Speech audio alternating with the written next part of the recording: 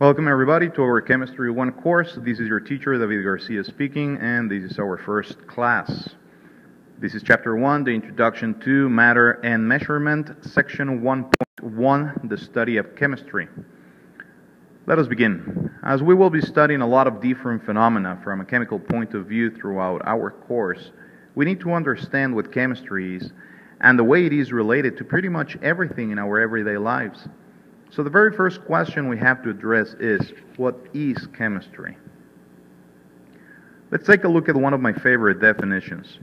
Chemistry is defined as the study of all matter, its properties and characteristics, and the substantial changes it undergoes. Let's now analyze each one of these 3 points. First, it studies all matter. Matter by definition is anything that has mass and occupies space. The rest is energy. Now, I know that some of you are really into science and will ask me, hey teacher, but what about dark matter and dark energy? Well, I have to give it to you. I love these topics since they are both awesome and incredible, and we can discuss them, but they do not form part of this course. Therefore, you will not find any information within these class videos. Then again, if you want to talk about them, feel free to contact me throughout the day. Now let's go back. We said that chemistry studies all matter. So, just because of this, everything that surrounds us, anything and everything that you can think of, our DNA, our clothes, all the microchips in our phones, computers and calculators, our houses, the doors, windows, books, the food, etc., and even incredible new materials synthesized by man, such as aerogel, they are all matter. Consequently, they are or have been studied by chemists. Our second point, properties and characteristics.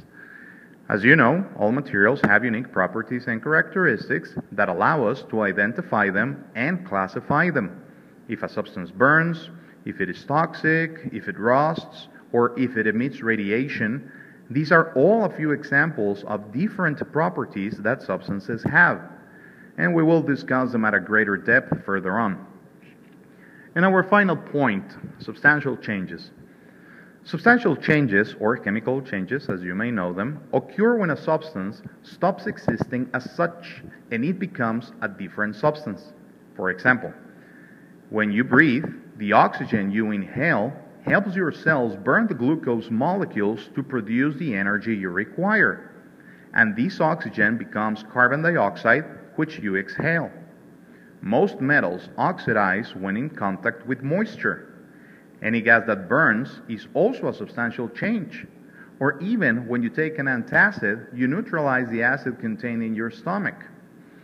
So there you have it. Chemistry is all around us.